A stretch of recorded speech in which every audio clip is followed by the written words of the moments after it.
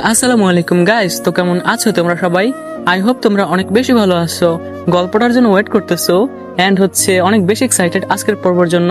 So চলে আসলো বিধবা মেয়েকে বিয়ে গল্পের পার্ট 6। তো আসো গল্পটা শুরু করা যাক। আর হ্যাঁ গাইস, তোমরা গল্পটা শোনার সময় অবশ্যই হেডফোন কিংবা ইয়ারফোন ইউজ করবা, তাহলে গল্প শুনে পাশাপাশি আমার ভয়েস শুনে তোমরা আলাদা একটা ফিল পাবা। সো আসো কানে হেডফোন ইউজ করো এবং নড়াচড়া দিয়ে গল্প এনজয় করো। সকালে উঠে দেখি টেবিলে চা রাখা। আমি অবাক হয়ে মনে মনে ভাবলাম, কি ব্যাপার, সিরাত তো অসুস্থ, তাহলে চা রাখলো কে? হঠাৎ করে চোখে পড়লো পাশে একটা চিরকুট রাখা।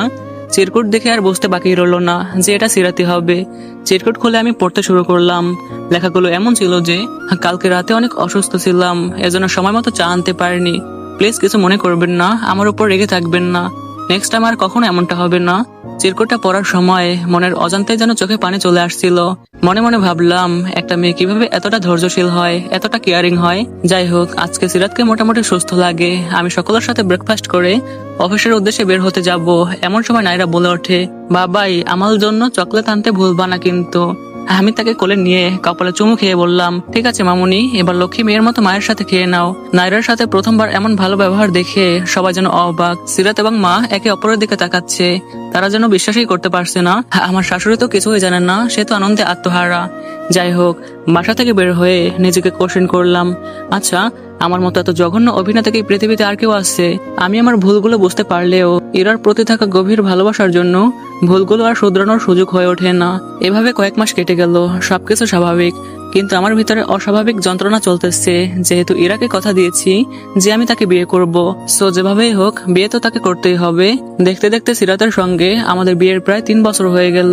তারপর সিদ্ধান্ত নিলাম যে না, এই সম্পর্ককে আর স্থায়ী করতে চাই না। এখন হাজারো চেষ্টা করেও সিরাতের একটা ভুল খুঁজে পাই না।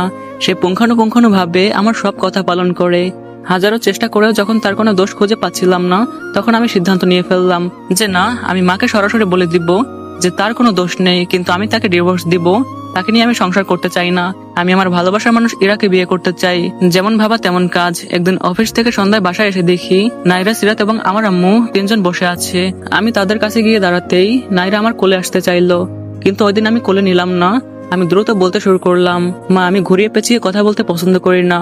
ইরার সাথে আমার বহু বছরের সম্পর্ক, আমি তাকে বিয়ে করতে চাই এবং সিরাতকে আমি ডিভোর্স দিতে চাই।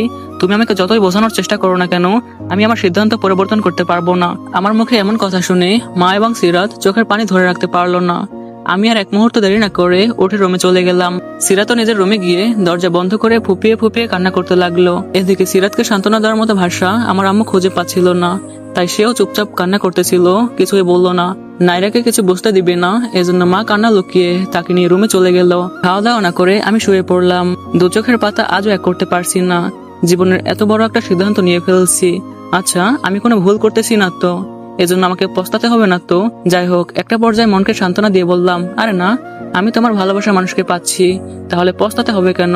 এভাবে চিন্তা করতে করতে কখন যে রাত 3টা বেজে গেল টেরই পেলাম না। হঠাৎ করে মনের ভিতরে কেমন যেন যন্ত্রণা অনুভব করলাম। সিরাতকে খুবই দেখতে ইচ্ছে করছিল, এমনটা এর আগে কখনোই হয় নাই। কি অদ্ভুত, তাকে আমার ভালো লাগে না, আমি অন্য কাউকে ভালোবাসি। কিন্তু যখন তাকে ডিভোর্স দেওয়ার সিদ্ধান্ত নিলাম, তবে আজকে কেন তার প্রতি এমন অদ্ভুত অনুভূতি কাজ করতেছে, আমি আর নিজেকে ধরে রাখতে পারলাম না। চুপে চুপে তার রুমের দিকে এগিয়ে গেলাম। দরজার কাছে দাঁড়াতেই ভিতর থেকে ফোপানির আওয়াজ আসতেছিল। মনে হচ্ছিল কেউ যেন কারোর সাথে কথা বলছে। ব্যাপারটা আমি বুঝলাম না। আজকে তো নাইরাও মায়ের রুমে ঘুমিয়েছে, তাহলে সিরাত ফুপিয়ে ফুপিয়ে কান্না করে কার সাথে এমন কথা বলতেছে? ব্যাপারটা কোনোভাবেই বুঝতেছিলাম না। তারপর দরজায় কান লাগিয়ে শোনার চেষ্টা করলাম এবং একটা পর্যায়ে বুঝলাম সে তাহাজ্জুদে নামাজ পড়তেছে এবং ফুপিয়ে ফুপিয়ে আল্লাহর কাছে কান্না করতেছে।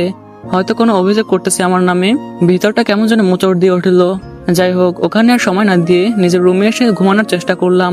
সিদ্ধান্ত ফাইনাল, আমি তাকে ডিভোর্স দিবই। যাই হোক, যেমন ভাবা তেমন কাজ। পরদিন সকালবেলা সিরাতকে নিয়ে চলে গেলাম। কাগজপত্র সবকিছু রেডি, দিনমোহরের 10 লাখ টাকাও রেডি। সিগনেচার করতে যাব, এমন সময় বাসা থেকে দারোয়ান আঙ্কেলের ফোন। আঙ্কেল অস্থির হয়ে বলল, স্যার আপনারা কোথায়? ম্যাডাম তো স্ট্রোক করেছে, কোনো কথা বলছে না, চোখ বন্ধ করে আছে। আপনারা তাড়াতাড়ি আসুন, আমি তাকে নিয়ে হসপিটালে যাওয়ার ব্যবস্থা করতেছি। দারোয়ানের এমন কথা শুনে সিরাত চোখের পানি ধরে রাখতে পারলো না। আমি সিগনেচার না করে দ্রুত হসপিটালে চলে গেলাম। নাইরাকেও বাসায় রেখে আসছিলাম। হসপিটালে গিয়ে দেখি নাইরা কান্না করতেছে।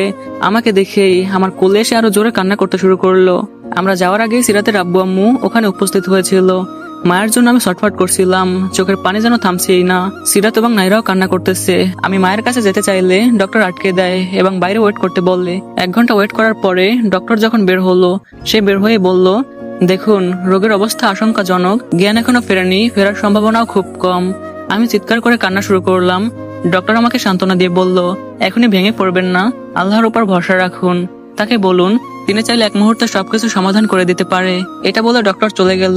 তারপর আমার শ্বশুর আমাকে সান্ত্বনা দিয়ে বলল, দেখো বাবা, ভেঙে পড়লে হবে না, আমাদেরকে স্ট্রং থাকতে হবে। তারপর না খেয়ে না ঘুমিয়ে হসপিটালে কাটিয়ে দিলাম 3 দিন। সিরাতেরও ঘুম খাবার সবকিছু হারিয়ে গেছে। নাইরা অসুস্থ হয়ে পড়বে বলে তাকে নিয়ে তার নানু বাসায় চলে গেছে।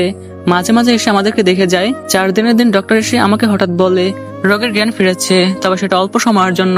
রোগের সবচেয়ে আপনজন, সবচেয়ে কাছের মানুষ, তার কাছে যেতে পারেন, তবে তার সাথে বেশি কথা বলবেন না, তাকে প্রেশারাইজ করবেন না। আমি সিরাতের দিকে তাকালাম, বললাম, তুমিও চলো, কারণ এতদিনে আমি এটা বুঝিয়ে গিয়েছি যে আমার আম্মু আমার থেকেও সিরাতকে বেশি ভালোবেসে ফেলেছে। হঠাৎ করে খেয়াল করলাম আমার শাশুড়ি নাইরাকে নিয়ে হসপিটালে চলে এসেছে। নাইরার নাকি তার দাদুকে দেখার জন্য অনেক কান্না করছিল। তারপর নাইরাকে নিয়ে আমরা 3 জনেই মায়ের কাছে গেলাম। কাছে যেতেই আমার আম্মু নাইরাকে কোলে নিল এবং কান্না করতে করতে বলল, বাবা সাজিদ, জীবনে আমি তোর কোনো আবদার অপূর্ণ রাখিনি, বিনিময় তোর কাছে চাইনি, এমনকি তোর ভবিষ্যতের কথা চিন্তা করে আমি দ্বিতীয়বার বিয়ে পর্যন্ত বসিনি। আজ একটা জিনিস চাবো, তুই দিবি? মায়ের পা ধরে কান্না করতে করতে বললাম, হ্যাঁ মা, বলো, কি চাও তুমি? জীবন দিয়ে হলেও তোমার কথা রাখবো। মা নাইরার কপালে চুমু খেয়ে বলল, এই অবোধ শিশুটার দিকে তাকিয়ে হলেও তোরা দুজন দুজনকে ছেড়ে যাস না। মায়ের এমন কথা শুনে আমার তো জ্ঞান হারানোর মতো অবস্থা। আমাকে কোনো কথা বলার সুযোগ না দিয়ে মা চোখ বন্ধ করে নিল। ডক্টর ঘোষণা করলো যে সে আমাদেরকে ছেড়ে চলে গেছে। মা আমাদের একা করে হঠাৎ করে ছেড়ে চলে গেল। ব্যাপারটা আমি কোনোভাবেই মানতে পারছিলাম না। মায়ের এমন আবদারে আমার মাথায় যেন আকাশ ভেঙে পড়লো। কারণ আমি তো সিরাতকে ভালোবাসি না, আমি তো ইরাকে ভালোবাসি, তাকে বিয়ে করার প্রতিশ্রুতি দিয়েছি। যাই হোক, মায়ের শোকে এসব ভাবা বন্ধ করে দিলাম। পাগলের মতো কান্না শুরু করলাম। সিরাতও পাগল প্রায়, কারণ তার একমাত্র আশ্রয়স্থল ছিল আমার মা, সেও তাকে ছেড়ে চলে গেল। এখন তার এবং নাইরার কি হবে? নাইরা কিছু বোঝে না, সে শুধু কান্না করে এবং কান্না করতে করতে অস্পষ্ট ভাবে বলে, দাদনু দাদনু। সো গাইস, বুঝতেছো পরবর্তী পার্ট কতটা ইন্টারেস্টিং হতে যাচ্ছে? সো তোমাদের কি মনে হয় এরপরে কি হতে যাচ্ছে? গল্পে কি হ্যাপি এন্ডিং হবে নাকি স্যাড এন্ডিং হবে? তোমাদের মতামত কমেন্টে জানিয়ে ফেলো। যাদের ধারণা সঠিক হবে, আমি কথা দিলাম আমি নিজে তাদের সাথে যোগাযোগ করে পরবর্তী কোনো গল্পে তার নাম যে কোনো একটা ক্যারেক্টারের নামে ব্যবহার করব এবং তার ভয়েসও ব্যবহার করব। সো ফটাফট কমেন্ট করে ফেলো। আর গাইস, গল্পটা কবে শেষ হবে, পরবর্তী পার্ট কবে আসবে, সবকিছু তোমাদের উপর ডিপেন্ড করে। তোমরা তো ছোট ছোট টার্গেট খুব দ্রুত কমপ্লিট করে ফেলো। এজন্য ভাবলাম আজকে তোমাদেরকে একটা চ্যালেঞ্জ দিব। জানি সেই চ্যালেঞ্জটা চাইলেই তোমরা কমপ্লিট করতে পারবা না, সেটা তোমাদের জন্য অনেক কঠিন হয়ে যাবে। তারপরেও বলি, যদি তোমরা কমপ্লিট করতে পারো তাহলে আমি কথা দিলাম গল্পটা আমি খুব দ্রুত 2-1 দিনের ভিতরে শেষ করে দিব। তাতে এক একটা পার্ট যত বড়ই লাগুক না কেন। চ্যালেঞ্জটা হচ্ছে এই ভিডিওতে 3000 লাইক এবং 1000 কমেন্ট করবা।